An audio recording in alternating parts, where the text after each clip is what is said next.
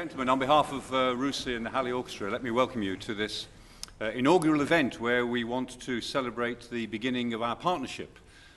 Two great national institutions, one in Manchester, one in London, the Hallé Orchestra, or the Hallé, since it does lots of other things surrounding music, and RUSI, the Royal United Services Institute. We're delighted, absolutely delighted, to launch this partnership, a long-term partnership between us. We thought it was a unique sort of partnering between a think tank and an orchestra. We intend to do 2 or 3 things with it. We'll be having events in May to talk about leadership in music and leadership in the military. We'll do some concerts, not least on St. Crispin's Day next year, the 25th of October, the 600th anniversary of Agincourt. We will have a concert, and we aim to do about 2 events a year with the Hallé in London and also in Manchester. Beyond that, we also want to work together, and our interest at RUSI as a think tank is being able to work to think about a bit more carefully the relationship between conflict, war and culture. We have a program on conflict, war and culture. And one of the things that we try to do is to encapsulate some of the aspects, the human aspects of conflict, which are the hardest to encapsulate in analytical words. Conflict, war, and all conflict is the extreme of human behavior. And analytical words usually don't do it justice. And inevitably, I think, one needs to understand the contribution of art and emotion to the reality of dealing with conflict and analysing conflict. And of course, in this season of remembrance, our thoughts are much on 1914. It so happens that 1914 was the year in which Jerome Kern wrote a very famous popular song. When I told them how beautiful you are, they didn't believe me, they didn't believe me. And that song, written in 1914, was immediately taken up by the troops in ways that we all understand. They very quickly turned it into, and when they asked us how dangerous it was, we'll never tell them, we'll never tell them. We'd spent our days in some cafe and chased wild women night and day. It was the cushiest war you ever had. And when they ask us, and they're certainly going to ask us, the reason why we fought and why we died, we'll never tell them, or we'll never tell them. There was a front in France only we knew well. And the irony of those words and the haunting beauty of the melody is one way of getting at the subtlety of the human experience. In a think tank like this, we know that research is about the mind, but good research is also a bit about the heart. And we hope to learn, by working from the Hallé, something about that relationship between the head and the heart. And nothing so encapsulates that head and heart relationship as classical music. So we look forward tremendously to this partnership. It will be good for our research, but it will also bring us events like this from which we will all benefit. And so now, to inaugurate our partnership formally, I'm very pleased that the Minister, Ed Vaizey, was able to make it here tonight. He's the Minister of State in the Department of Culture, Media and Sport. He's a minister charged with culture and the digital economy. There again, that's a sort of head and heart relationship, I guess. And I know that he's had pressing parliamentary business tonight. We thought on Friday he might not be able to make it, but I know he's made efforts to be here tonight. I'm deeply grateful that he was able to make it. Minister, over to you, sir.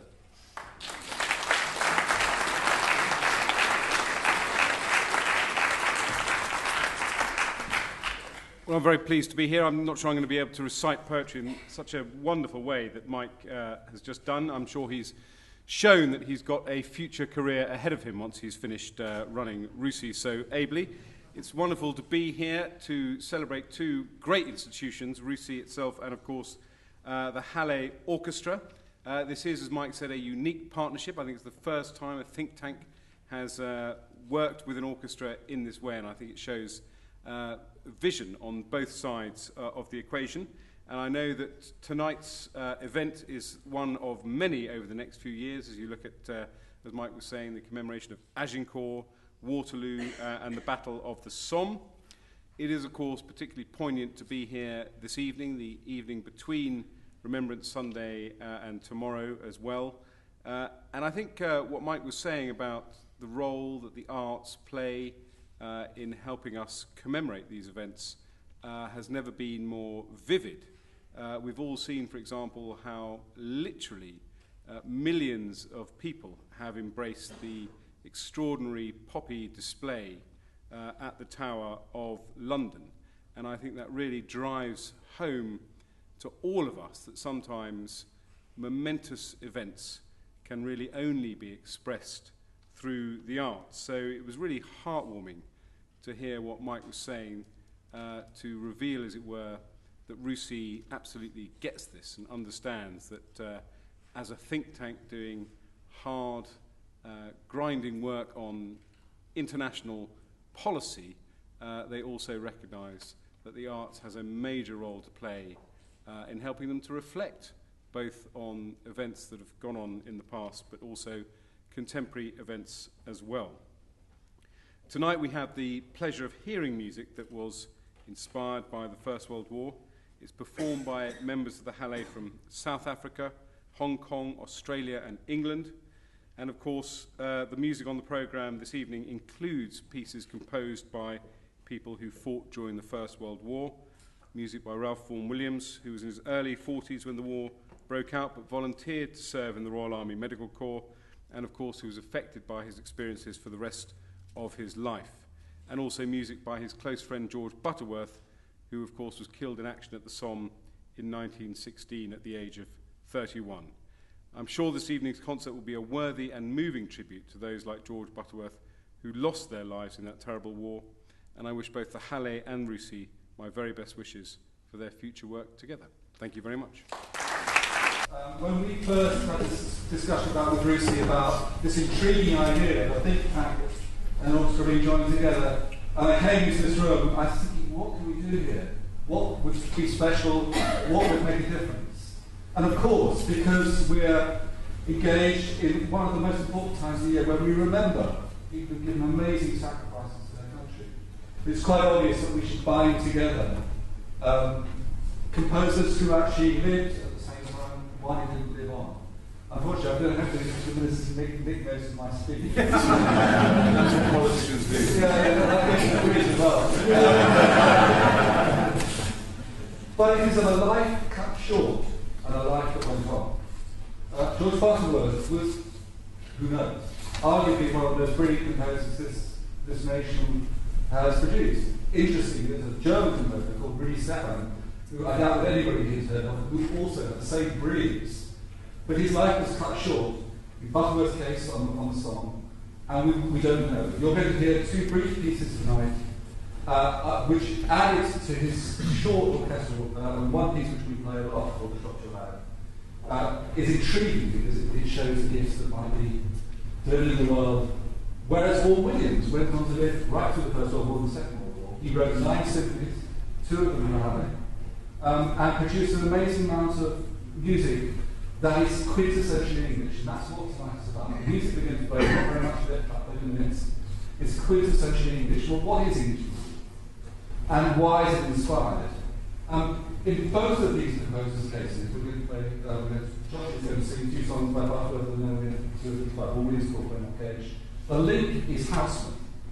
Amy Houseman wrote poetry which everybody associates with the First World War, but actually it should be associated with the Boer War. And it was of loss and remembrance, it's about nostalgia, it's about the English countryside. And both of these composers responded to that in a way which is really remarkable. Very poignant, very beautiful music. And Josh is going to talk about it a little bit when we start. But we thought, okay, if we're going to do that, what should we do? So we decided to invite 4 of our young players. They sit very high in sections, but they're not leading players, they're young players. One of whom has said his parents are Chinese, one from South Africa, one from Australia. I actually did a tot-up this afternoon, and the Hallé Orchestra has 16 different nationalities wearing us. Germans, French, Italians, Spanish, and we even have some Scots in it. And it's there, what I like you to think about is the symbolism of youth cut short, because that's what Butterworth represents. And that's why the folly of war is something that music can do something with. I've been reading recently about the Hallé's own experience during the First World War, where many of us, because it's a very German city, Manchester, and the orchestra had a lot of Germans in it. And I'm a cellist, there's a very famous cellist called Carl Fuchs, the first cello Hallé, and I, like lots of cellists, studied his works. And he couldn't, I read recently his biography, he couldn't believe that we were going to war with Germany. He just couldn't, there he was in Manchester. And this event had happened, and he thought we'd probably like to go war with the French, but not the Germans. And it was traumatic, and it remains traumatic for Manchester, has done ever since. The great hotel, Linden Hotel, has a very it used to have a German restaurant. Hallé had a German conductor who lasted about a year after Richter died because they couldn't keep him on. So it's very traumatic in the city. But anyway, I'd like to introduce our players, and they are in no particular order. Ian Watson, who's from South Africa.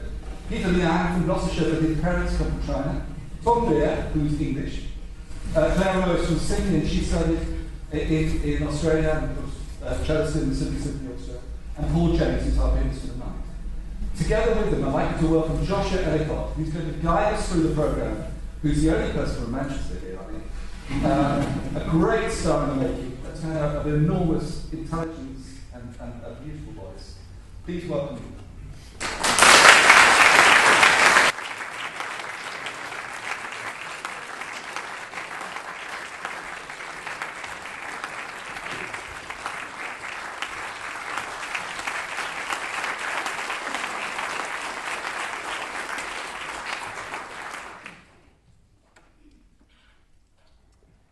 As you've heard, George Butterworth was killed on the Somme on the 5th of August 1916.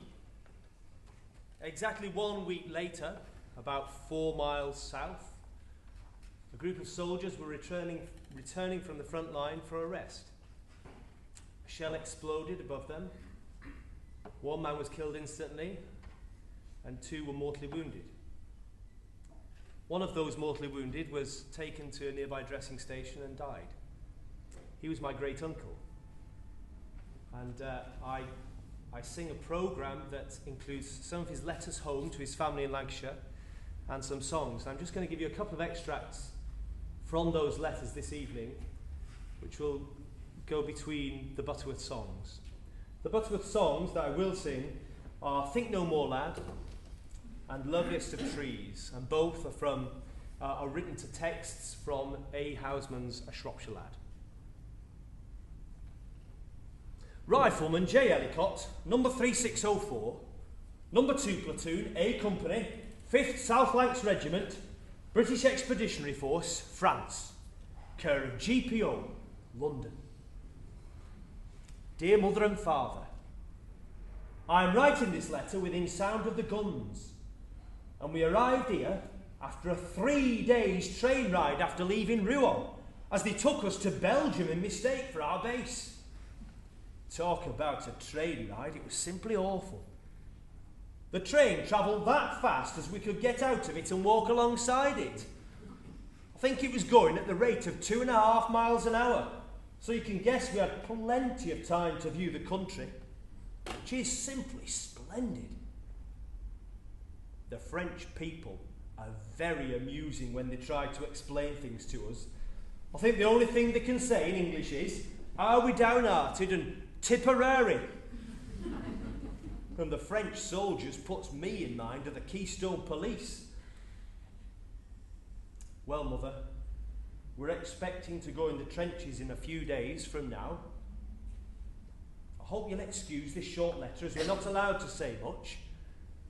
So I will close, hoping as it finds you all in the best of health as it leaves me the same. I close with heaps of love from your loving son, Jack. For our Harry, kiss kiss. P.S. Please send me some writing paper and envelopes and a few fags, as they're very scarce here. And don't forget to write soon. Bonsoir.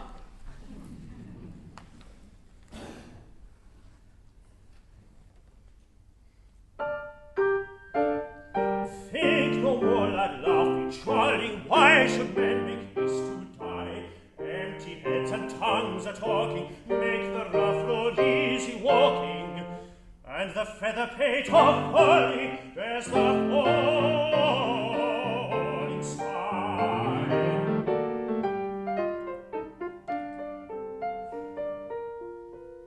Oh, 'tis jesting, dancing, drinking, spins the heavy world around. If young hearts were not so clever, oh, they would be young forever. Think no more,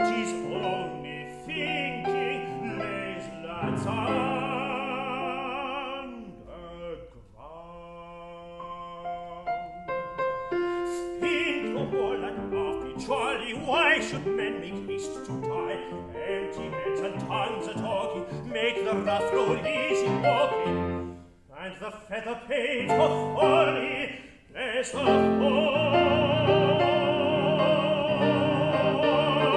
sky.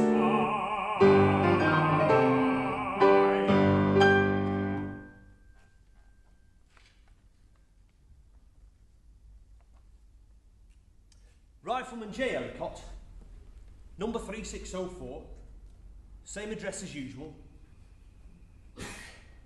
August 22nd, 1915. Dear Mother, when we came on our way to the trenches, it made me think, I can tell you. We came through a village and there wasn't an house left standing, and a church wasn't spared either. Talk about ruins, I can hardly describe them. Anyway, I am pleased as I'm doing my little bit. And I think if any of those lads as I seen when I was home on leave could only see the damage what the Germans has caused around here, they wouldn't hesitate in presenting themselves to the nearest recruiting office. That's if they have any pluck at all. I think it would be God help England if they ever got across. But you can take it from me, I don't see them ever getting there. Well, Mother, I hope you'll excuse the paper being dirty, as it's considered to be a luxury getting a wash whilst in the trenches. Anyway, I will have plenty of time when we come out, as we'll be out for 8 days. So I will draw to a close, hoping this letter finds all at home in the best of health, and I will conclude with love from your ever-loving son, Jack. Good night. P.S. For Harry, kiss kiss.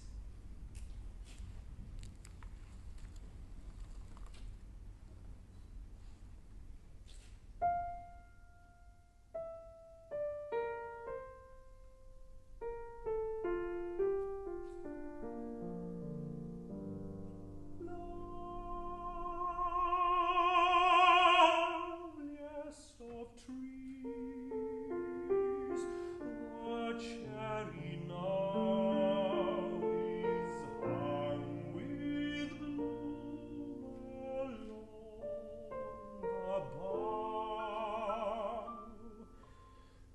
and stands about the woodland bough.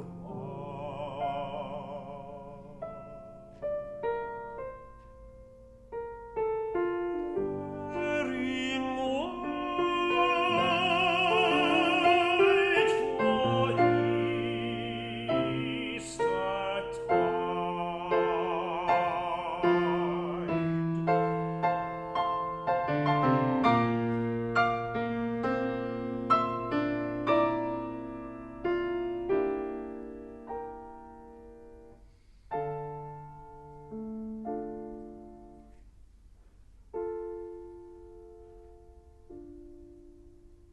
Now of my 60 years and 10,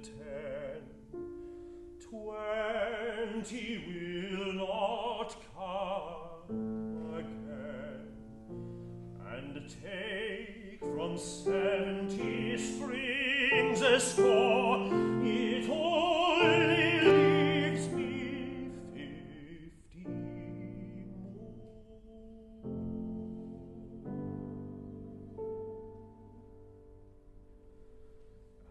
And seems to look at things in bloom. 50 springs are little room about the woodlands. I will go to see the cherry hung with snow.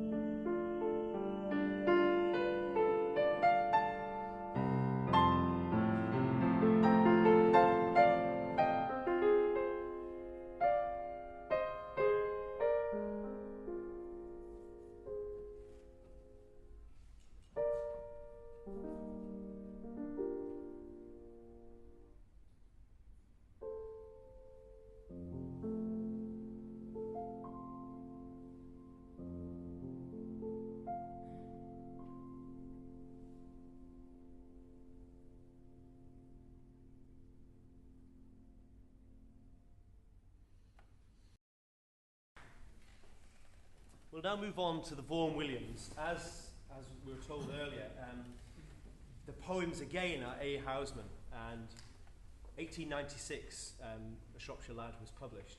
So they are prophetic in some ways. They're well before the First World War. But in these you will hear that longing and that very English feel to the poetry. Apparently, Houseman never liked using Latin at words. He always liked using Anglo-Saxon ones. So there aren't any of those Anglo-Saxon ones. So yeah, and one particular song, really, that if I could just point out, is My Team Ploughing, where you will hear a conversation between the ghost of a young man who's died and his friend. I'll let the band tune.